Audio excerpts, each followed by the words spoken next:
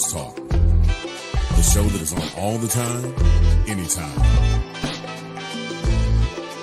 And now, ladies and gentlemen, the next big thing. Cut it off! I am having a very bad day. I am in no mood.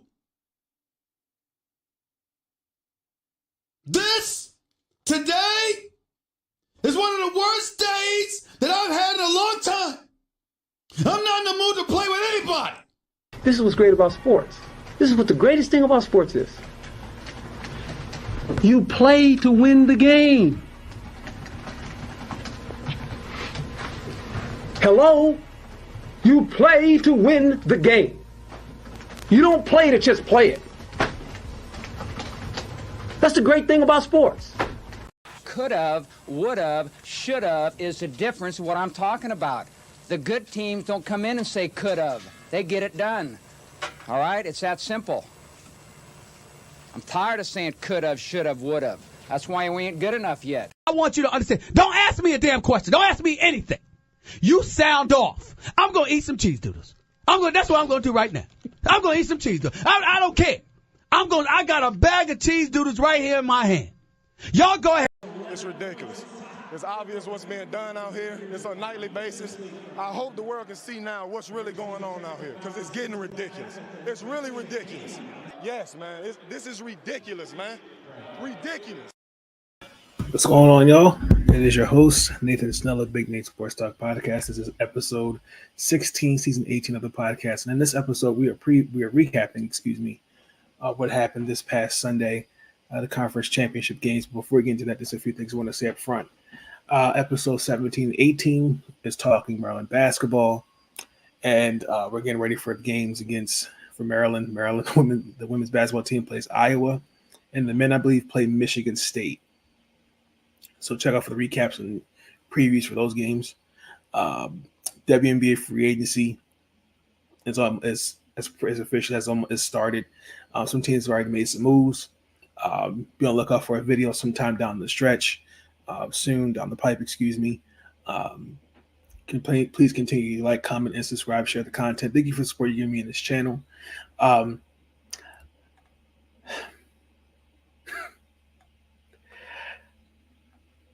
Well, here we are. I needed a couple days to reflect.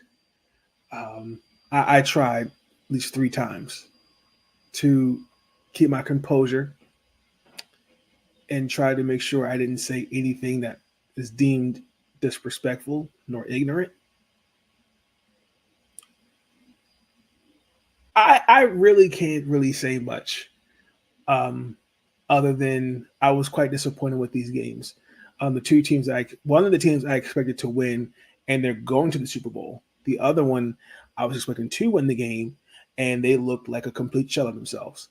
And then to add on to that, I watched the Maryland women's basketball team lose by 36 points on the road against Penn State.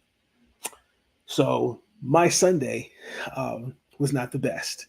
So we're actually going to start with the Lions versus the Niners, because I'm going to hold off on the Ravens and Chiefs game last. The San Francisco 49ers are going to Super Bowl 58. Congratulations! Oh my God. The final score, 34-31. The Lions, this close. Their season ends. I think this is a season you can be proud of for the Lions. Excuse me, for this most part, because nobody picked them to get to most were not expecting to get this far. They were up by 24-7 at halftime. The first half they looked great. They dominated the ball, and it's a tale of two halves. I thought when the light shined the brightest, I'll mention the same thing when it comes to Baltimore. I thought the coaching mismanagement, but for me, I don't think that was really kind of the biggest thing. I think your decision to go for a fourth down that's going to hunt, that's going to hunt him for a little bit. The biggest thing I think we forget up until when he went for it. Yes, the blame does go on him, but let's not forget that first pass, that first attempt was Josh Reynolds has to catch that ball. There's just no excuse. You're up 24-10 at that point, and you pass up a 45-yard field goal attempt. I personally would have taken the 3. I'd rather get off the field with 3 points than turn over it on downs. I thought especially the third quarter, their third quarter was just disappointing. I mean, they were up 3. You're 4th and 3 on their 30. You went for it again. It was an incomplete pass to Amon St. Brown. Analytics, and it's proven. This is just to prove that analytics does not work. Now, I understand Michael Bagley does not have the confidence of the coaching staff, and especially, I believe he's 37 or 48 from 40 yards or more. He was on the practice squad just after Christmas. And again, also too, like, I mean, you got to give him some confidence. I really thought that, especially their last drive. I mean, the game was already decided. I mean, I believe they were on their own goal line. I don't know why you run the ball up the middle and you got sacked. You got to know clock management. I mean, you burned with 1 minute left. You burned your first time out. Then you scored. Then you had to run on the onside kick. I mean, you can't do that. If you'd have kept all your 3 timeouts, I think that would have changed the game. I think the defense, you could have given Aaron Glenn, his defense, an opportunity to try to get a 3 and out. And no, that can't happen. I mean, I'm going to say the same thing when we talk about the Chiefs and Ravens game. No excuses. You gotta execute. This is where your money's made. I mean, when you have your quote unquote number 2 wide receiver, he dropped 2 first down conversions that are right within his hands. I mean, then what I thought would have been an interception, and Brandon Ayuk touchdown. The Jahmyr Gibbs, who looked like an MVP in the first half, the first touch of that ensuing drive, he fumbles the ball. I mean, defensively, guys were not tackling properly. They allowed Brock Purdy, if I remember correctly, to get almost 48 yards. Their guys were not tackling, just not wrapping guys up. And there's plenty of blame to go around, but when it mattered, guys, you got to play for 60 minutes. There's a guy on Twitter, shot the Trippy. He's a Baltimore Raven super fan. Ain't the first 48, it's the first 60. You got to play 60 minutes of football. Now, I thought, for the most part, there's a lot you can build off on this. I think Jared Goff, had a good game, but he did okay on the day. 273 yards, a touchdown. His connections to St. Brown and Sam Laporta were great, but outside of that, you couldn't find anybody else. Jahmyr Gibbs had 3 catches. Jamison Williams and Reynolds had 25 yards apiece. Jared Goff was sacked twice, especially the first one, if you remember correctly. Nick Bosa took the blitzing defender, which, if football 101, you would take. I understand why he would do it. He would do that, but I would have defended Nick Bosa, because that's the guy I'm more worried about. But he didn't do anything wrong to me where I say he disappointed. I really think that just it was a collective disappointment. San Francisco should have lost this game. Let's just keep it real. They had some turnovers. Again, it's just to tell it two halves. I just think you can't take points in the first half and then go for it in the second half. That can't happen. So the first half, if you're San Francisco, you wish you could have that back. I mean, they were down 14-0, and then going into the halftime 24-7. That overall, it's not easy to overcome 17-point deficits. It's almost going like they got punched in the mouth. I mean, look at the offense; they looked discombobulated. Brock Purdy looked very basic, and their defense was just getting shredded. I mean, virtually just unresponsive. I mean, they were averaging at one point almost 7 yards per carry, almost 7 yards per play. Can't defend that the first 30 minutes of the game. And look, when it mattered, everybody buckled down. I'm pretty sure there was some furniture when we were in the locker room, hypothetically speaking. And they rallied. Look, Brock Purdy looked a lot better. The first he almost had the interception. There was times he looked very uncomfortable in the pocket. There were some throws he should have made. He did finish the game 20 of 31, 267 yards, if I remember correctly, in a touchdown. He did throw a pick. But his feet, he got out the pocket. When he felt pressure, he wasn't afraid to run the ball. I mean, 5 carries for 48 yards. Those are the type of things. Look, I think we kind of do need to give Brock Purdy a little respect. I listen to Cam Newton's podcast 4th and 1 from time to time, and it goes back to the whole game changer versus game manager. I understand what he's saying, but when it mattered, he made the necessary plays. Now, I'm not saying he was the only one who did everything, but game manager is not taken away from his play. We're relying on you to, take control of the ship and steer in the right direction. And he did that. There were a lot of opportunities where he let the game almost get away from him, but he never did that. That's what a game changer should be doing. Never let the game get away from you.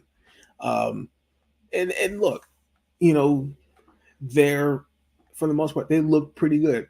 And it's a great win for San Francisco. It's tough for Detroit.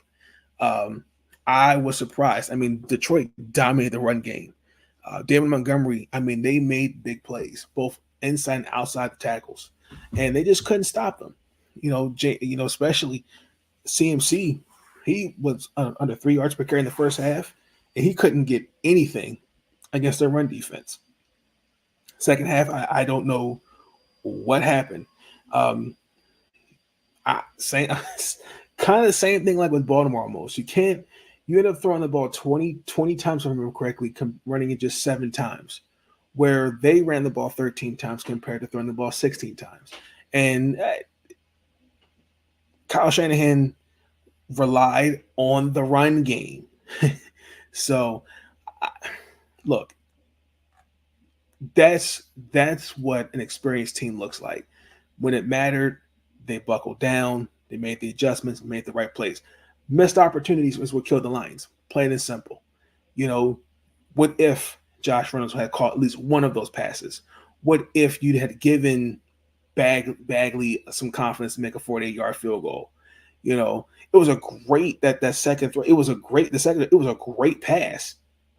It just got to catch the ball. Special teams wasn't the best neither. That's on the punting side of the ball too. I believe they had a kick.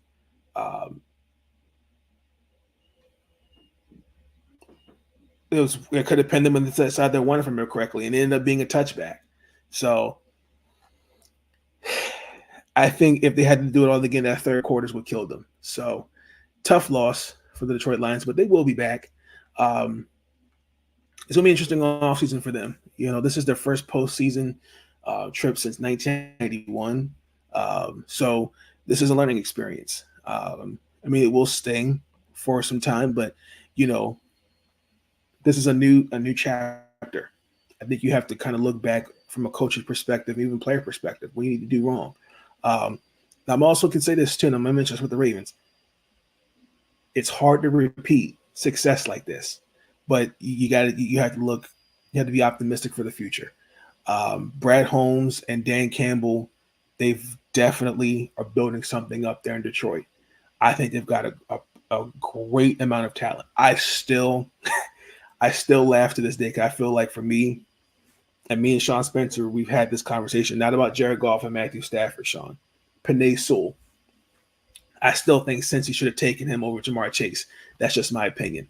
And you got Amon St. Brown, Sam Laporta, Jahmyr Gibbs, Aiden Hutchinson, Brian Branch, all draft picks. And Jamison Williams too. Look for him to have a upcoming have a player watch. Look for him to have a good year next season. You've got 7 Pro Bowlers. You can't take that away from them. I'll say the good news is Ben Johnson staying. I believe Aaron Glenn did have an interview with the Washington Commanders for the head coach, but we ended up hiring Dan Quinn as the next head coach for the Washington Commanders. So I do think that free agency is always the toughest part when you're trying to build a team. They've got some free agents, guys like, for example, C.J. Gardner, Michael Bagley, Josh Reynolds, Emmanuel Mosley, Jonah Jackson, just a few to name. I believe they'll have a little bit on almost under $46 million in cap to work with. But if you look at, I think really one website said they'll have about 61. That was Spot Track, and the other one I think it was like over the cap, supposed to have like 45. But again, that's after you draft, sign at least 51 of your players and then your rookie class. So they definitely got an interesting offseason to build off of. But I do think they can buff up the offense line a little bit. The biggest thing for me, I think they need to work on is that they need a solid another playmaker on the other side of Amon St. Brown. I like Reynolds, I like Williams, but they need a slot named number 2. Look for that. You've got a good tandem running back core with Gibbs and Montgomery. Your defense, I personally think they should look for in the corner, linebacker, another guy on the other side of Hutchinson for sure. Those are my targets for them in the draft, personally. So this was a good season for the Lions. Disappointing the way it ended. And shout out to Kat Hughes too, Sean Spencer's fiance. I know she's a huge Detroit fan, also a Michigan fan. So I know that this was disappointing for her, but I'm sure she's proud of the season that these guys had. We're going to take a little quick break. Before we get into that, we would like to thank Zagnif Apparel for allowing for being a sponsor of Big Nate Sports Talk Podcast. As of the 31st, Zagnif Apparel is no longer sponsor of Big Nate Sports Talk Podcast. We would like to thank them for allowing us to. We appreciate them sponsoring us, and we wish Zagnif Apparel all the best. But we'll be right back after this commercial.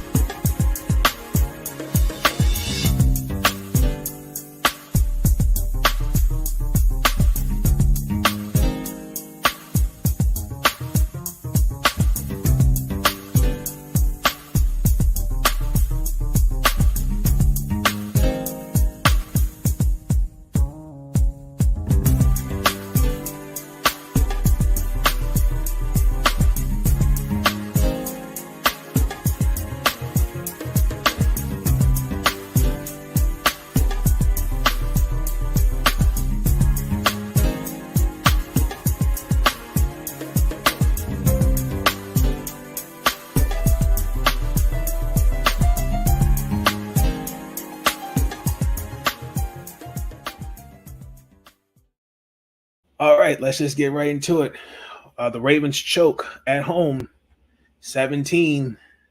Game over,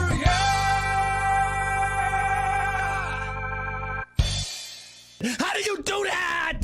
How do you do that? What the hell is going on? What was that? What the hell was that? I'm sorry the H words and the D words aren't appropriate over the airwaves, but it's going to be today. I don't know how much more of this I can take. How in God's name?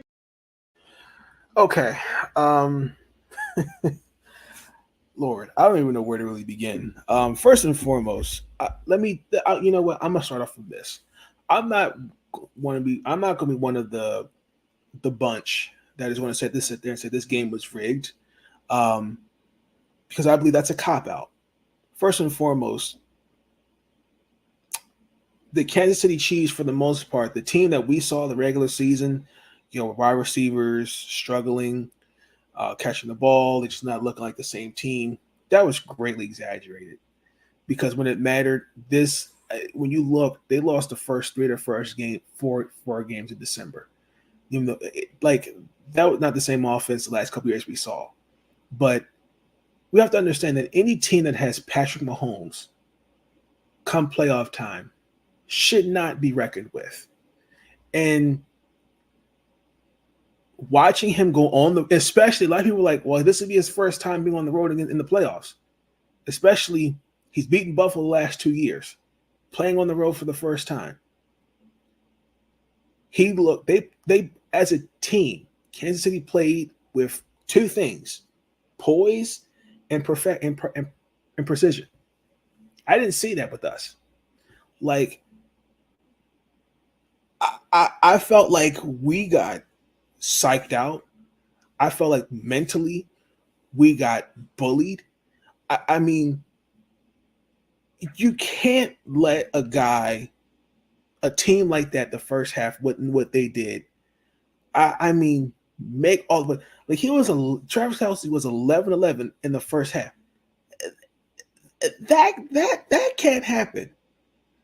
And first and foremost, I didn't like how we came out in that zone coverage defense, because they picked zone coverage defenses apart. I don't understand that. Keeping our offense off the field for them was key. If you watch the divisional round, Buffalo did the best that they could to keep KC off the field. They did the same thing. They held the ball for almost 21 minutes for the first 30. And we only had less than 10 minutes on drives. And I simply can't defend that. That is poor. I mean, some of that's on coaching, and some of that's on execution, play calling wise. Like, when you open the game with 10, 16 play drives, and you're taking 15 minutes between them, 14 passes, remember correctly, 12 of them are runs. It was a well-balanced attack Kansas City was putting on Baltimore's defense. Steve Spagnuolo. Again, I'm going to say this quite a few times. John Harbaugh. The Kansas City Chiefs had the 28th worst rushing defense. I don't care if Willie Gay was out there or others. Run the football. Like, who cares if they stack the box against you? Run the ball. Like, one of the best things for your team to win games is when you keep your opponent off the field. And it worked. I mean, we had no answers in the first half of Travis Kelce. I mean, we let them in the first half, 20 out of 25 passes. I simply can't defend. He surpassed Jerry Rice in most career receptions. I mean, the Mahomes Kelce duo looked the same. And again, when it mattered, not just on the offensive side of the ball, But the defensive side of the ball, I mean, we held them to 17 points. That's great. I'm not giving them as a team. Baltimore, we had numerous opportunities. Defensively, they made all the right plays. Like, there was a couple things. They made some miscues. They punted the ball. Offensive line, miscues. The defense, they allowed Zay Flowers, we'll get to a little bit. But when it mattered, they buckled down and made some plays. And that's what a championship team looks like. But the biggest thing is, again, also too, I'm gonna go to the Baltimore side. And I tried my very best to be optimistic coming into this game. But what I saw Sunday was a complete mixture of when we lost to the Colts here at home, Pittsburgh twice, and the first time we played Cleveland here at home. Starts the offensive line. Now, say what you want. Everybody. First of all, John Simpson, gotta go. I'm done. You cannot allow a guy like Chris Jones to beat you on the block the way he did. This offensive line will be retooled. I don't expect Morgan Moses to be back here. Kevin Zeitler, I don't expect him to be here. Ronnie Stanley, I feel bad for him because we have ridiculed him the last couple of years. And understand some of these injuries are not all on him. Injuries are a part of the game. I get that. But understand he did for the most part did well without rotating like the week before against Houston. The Ravens lost this game because of the Baltimore Ravens. Say what you want. Sean Smith and his officiating crew. 8 penalties for 95 yards. Now, some of them were ticky-tack. But I'm going to reiterate this as somebody who's no longer here, once and on YouTube. Repetition is the mother of skill. It's one thing if you had the same officiating crew week in and week out. Every officiating crew has called something different. I have been very consistent on saying I want consistency when it comes to when it comes to foul calling. If you're going to call something on one end, call out the other. But I'm not going to blame Sean Smith for Kyle Van Noy getting in Travis Kelce, letting Travis Kelce get in his head and he gets a personal foul. I'm not going to blame Sean Smith for Zay Flowers standing on top of L'Jarius Sneed taunting. I'm not going to blame Sean Smith for Roquan Smith damn near bulldozing over Trey Smith. I'm not doing that. Now we can all agree to disagree, but I've never seen a Raven team like this respond to the penalties the way they did. We deserve to lose this game, whether we want to accept that or not as fans. I'm sorry. They were the better team. And I just feel like that's a cop-out. Outside of forgetting how to run the ball, all those different things like that, I'm not blaming the referees for how we played. Lamar Jackson.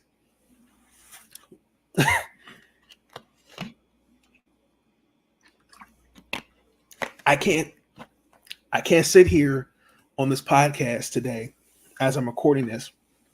I can't go into the offseason and say the goalpost has been moved. Then Lamar, I can't do that anymore. You've gotten your money. This is their first year. Lamar Jackson, when it mattered, disappointed. He was outplayed by Patrick Mahomes. I mean, yes, it's a team game. Understand that. And there's a lot of things out of his control he can't fix. Zay Flowers, he fumbled the ball in the end zone. There's a couple times Nelson Aguilar had a catch for a potential first down, opening drive. Offensive lineman getting pushed around. Lamar wasn't sharp. Now, even when he did have time to throw the ball, there was a few times where he has open receivers. Patrick Mahomes did not. The fumble strip sack. I personally the play was for Rashard Bateman. He has several balls batted down at the line of scrimmage, including the one he caught for a 13-yard gain.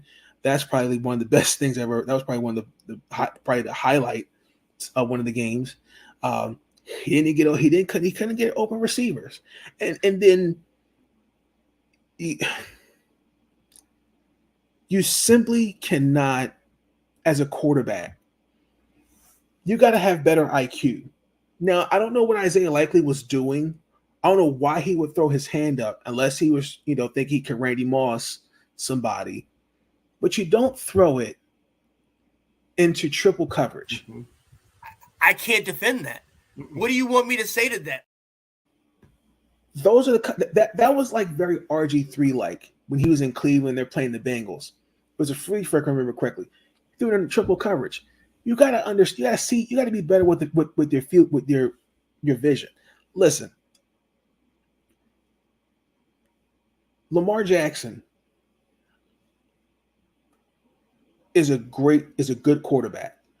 I still believe he can win a championship. But the Lamar Jackson that I saw this regular season versus this postseason is something that's not connecting. Now, some of that is on him, but some of that's also on coaching. And I'm getting into that a little bit. But you just saw Lamar Jackson. They took his legs from him. Like, all you have to do is stack the box and make him beat you by throwing. And I mean, he has to be on time. Like, you have to be consistent, and you can't make mistakes. And that didn't happen. And again, the good quarterback struggle, yes, but especially when you're going to be potentially a two-time MVP. Now, so you could potentially be your second MVP, and what you've done this season has been great. But when the lights shine the brightest, you have given your critics more fuel to the fire. And for the next almost 200-something days, you deserve to be flamed for that. And I simply can't defend that neither. It was disappointing. This is the guy who last season, going into March, requested a trade. You've got your money. And, when it mattered, where was Lamar Jackson from the week before? Which leads me to my next point. Todd Monken, John Harbaugh. I'm going to start with Todd Monken first. Now, I don't know what this offense of playing you were thinking, Mr. Monken, sir, but the week before against Houston, I didn't see that this past Sunday. Again,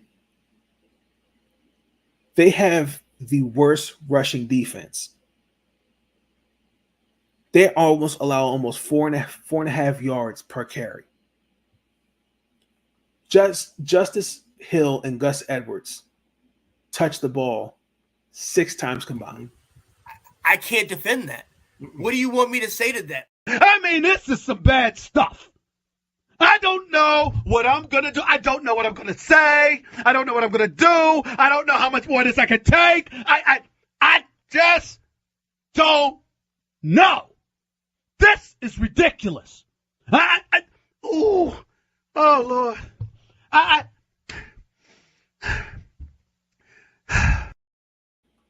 Essentially, our running game was just nowhere to be found. Now, I'm not going to even really give Kansas City credit, because outside Lamar Jackson, who had 8 carries, 54 yards, Baltimore abandoned the running game. And going in the post presser, John Harbaugh I still hear it when he said something along, along the lines of, well, it was that kind of game, and I say that's just the way it worked out. Bullshit.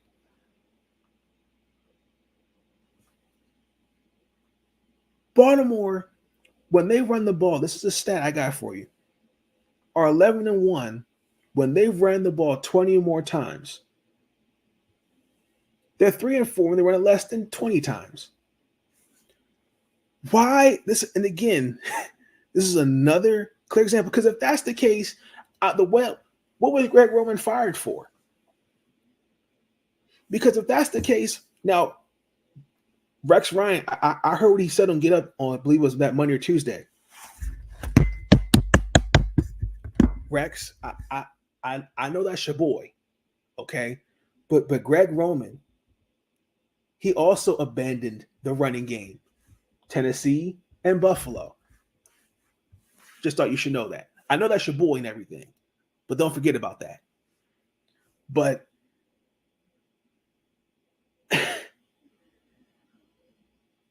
I just don't know what they were doing offensively. I mean, you're down 10 and you lean on the passing attack, and it should have clicked. It's not working. They Kansas City blitzing and just harassed us the entire game. Rushed incompletions, batted passes, no games. No answers. There were times where you're throwing bubble screens, quick slants, hitches. Your highest paid, quote unquote, number one wide receiver didn't touch the ball until the fourth quarter, Odell Beckham Jr. And then, especially, and this is how I'm not giving Harbaugh and his coach staff a pass. It's a 3rd and 4, your own 47. John Harbaugh has always listened to him in his media availabilities during the week, post game, always talked about, especially against Kansas City, teams like this, each possession is key. I would understand if you ran the ball, but you didn't do that. Instead, what you did on that possession, it's an out route to the sideline towards Justice Hill's intended target. It goes right out of over his head, out of bounds. He probably, if he caught it, he's not even, I don't even think he's gaining a yard on that play. 4th and 4, you punt the ball. 58 plays later, 52-yard field goal, 17-7 at half.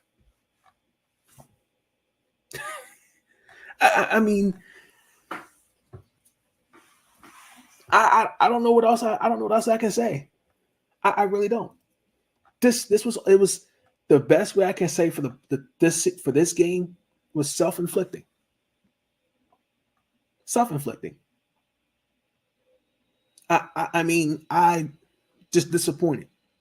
But the defense did its job. They helped Patrick Mahomes and that offense score us in the second half. I give them that, because they made the adjustments, especially when they went from zone to man coverage.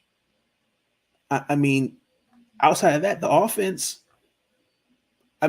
Lamar Jackson gets blamed, but I'm not doing – I can't sit here and go – no, Lamar has to be held accountable. He had a bad game. But until you've proven come playoff time that you can win the big one, you're going to get criticized. Plain and simple.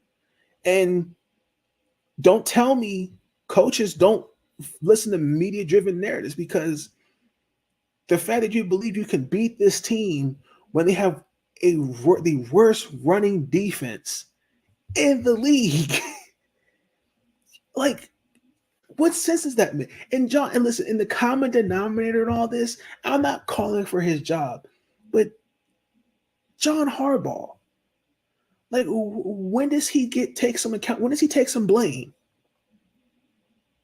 I'm done with him. Like, it has to be. I must be missing something, because I'm just tired of these stuff, these comments, and oh yeah, that just wasn't the game plan. I wish we could take that back. No, you said that the last few playoffs we've been, the last playoff appearances we've had, At some point, you gotta say, you know what?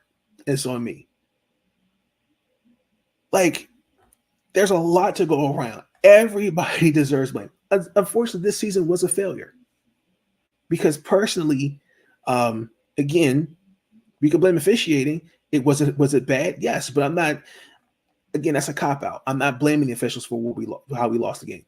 Everything was self-inflicted because you got to find ways to win games without the referees. Plain and simple. Where was your running game? The defense did its job. Your offense looked atrocious. You let Travis Kelce look like the second coming of Jerry Rice, surpassing his record. That was. Now what? I don't see us getting back here next year. I don't. Because I'm gonna tell you why I don't. Because when I look at their free agents, Nelson Aguilar, OBJ, Jadeveon Clowney, Darby, Dobbins, Duvernay, Edwards, Amelia Harrison, Huntley, Josh Johnson, Matabike, Arthur Millett, Trevon Mullen, Deshaun Phillips, Patrick Queen, John Simpson, Geno Stone, Laquan Treadwell, Kyle Van Noy, Brett Urban, Daryl Worley, Rocky Sin, Kevin Zeitler, and then Darius Washington. How many of those guys are going to resign? You in something also too that I thought it was point out today in their press conference. They are kind of tight with salary. You just paid Lamar Jackson, and this is also too one of my biggest issues about making your quarterback being the highest paid player. You can't go out here and make the moves you want to. It ain't easy. You're going to have to figure out. You're going to see Jadeveon Clowney. Somebody's going to pay him. OBJ, somebody's going to pay him. J.K. Dobbins, who was out most of this year with a torn Achilles, hope he's doing well. I know he and Aaron Rodgers have been recovering together. They're the same train and all that. I don't know what they're going to do about Gus Edwards. Does he stay? Tyler Huntley is a free agent. Personally, they brought him Lee Cunningham. Josh Johnson could stay or retire. Who knows? Nelson Aguilar, Kyle Van Noy. Kyle Van Noy was sitting on the couch, and then we called him up. You know, there's some things they're going to have to fix. Personally, I think they need to go out and get another playmaker. I like Rashard Bateman. I'm not giving up on him. I think this was really his first full year where he was healthy. We just need to involve him in the offense more. The offensive line needs work. Marcus Williams, he played the whole season with a torn pectoral muscle. So, I mean, that first wave of free agency, I'm not expecting us to do anything. I expect us to do like we did with Rocky Sin, OBJ, and Jadeveon Clowney, just these short-term deals. Because personally, they need a defensive edge. Edge rusher, defensive lineman. I forgot Justin Matabike. I forgot about him.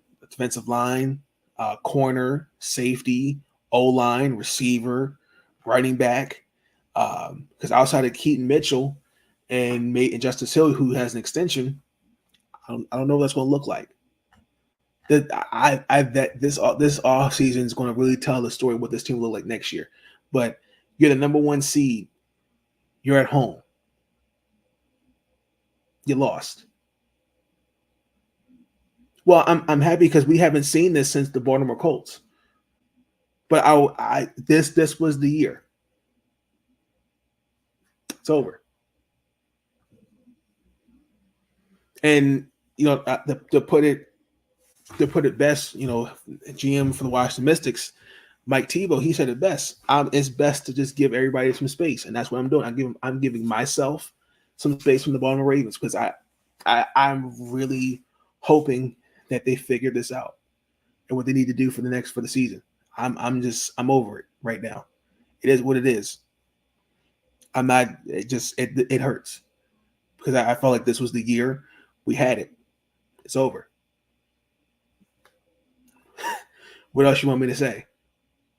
And then also too the whole thing with Justin Tucker, Travis Kelce. Ladies and gentlemen, I've watched all the kickers do that because you have to kick on both sides, going in, going against, or going with the win. You have to do that. That's part of their warm up. So I don't understand what that was. I think Travis Kelce was doing too much. I think they're making a big deal out of it. But congratulations to the Kansas City Chiefs. You're going to be in San Francisco. For the Raven fans, this now what? Where do we go from here? And the press conference, I think, was a little telling. He touched on a couple things. I don't know what they're going to do about Ronnie Stanley.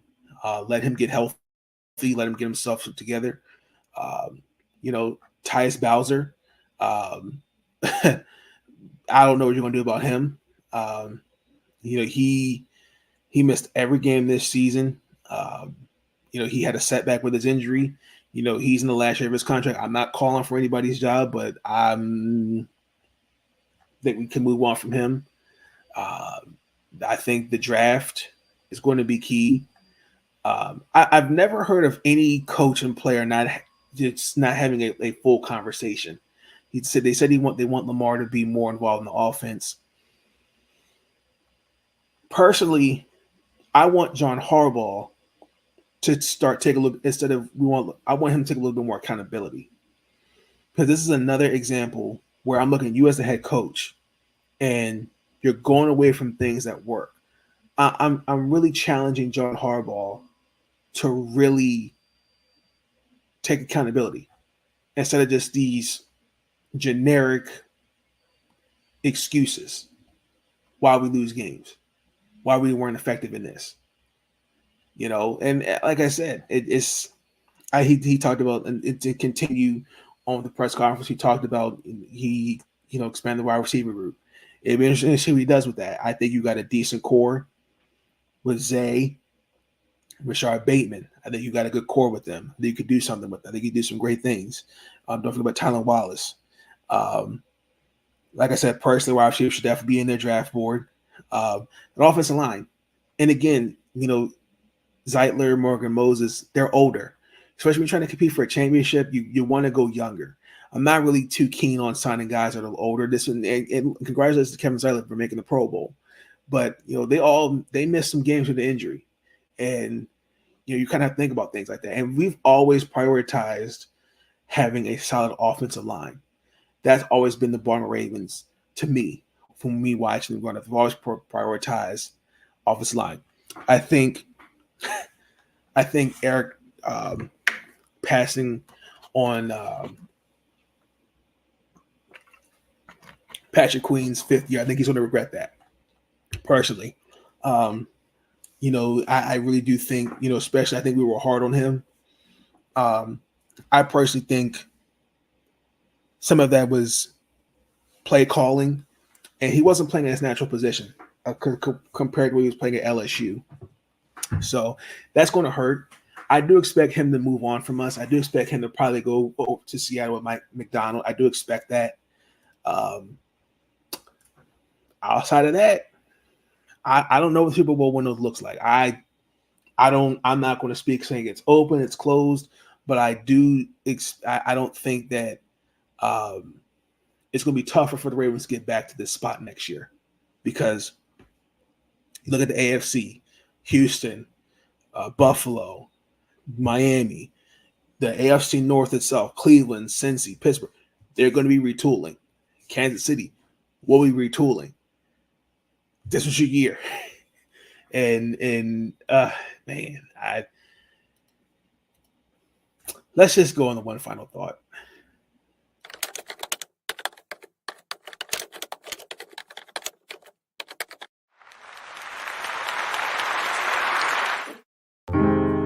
Thoughts are running through my mind, so I took some time to find a minute or two to organize. My one final thought is, please like, comment, and subscribe. I'm not going to talk about the Baltimore Ravens anymore. I'm done. Y'all have a good night. Have a great weekend. We're getting ready to record episode 17, 18. Tomorrow I'm going to University of Maryland College Park to cover the University of Maryland women's basketball team as they play University of Iowa. We'll talk about that. But all I can say is, for us, for the Raven flock, let's be optimistic. I think the offseason is going to be key. But outside of that, I'm giving myself space. Y'all have a good night. Peace. Stay up.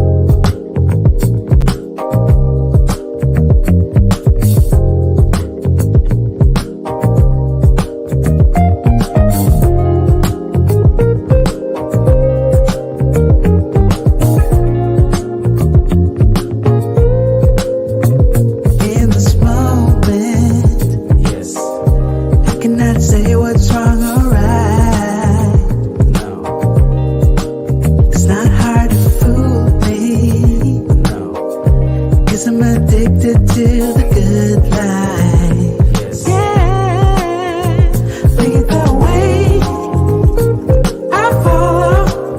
No need to say. No. Where we are heading now, babe. I follow.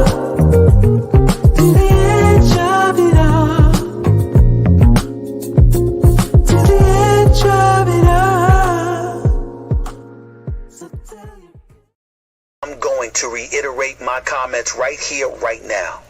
The clock is officially ticking. The honeymoon is over. Damn your feelings. Who gives a damn? You got a job to do. And the job ain't even a championship. It's to be respectable. And you can't even do that? And they have normalized this bullshit. Thank you for tuning in to Big Nate Sports Talk. If you enjoyed that episode, be sure to like, subscribe, and share the next big thing, the next up-and-coming sports journalist, Big Nate Sports Talk. It's on all the time, anytime. And I want to thank you. All I want to do is say thank you for everything you do.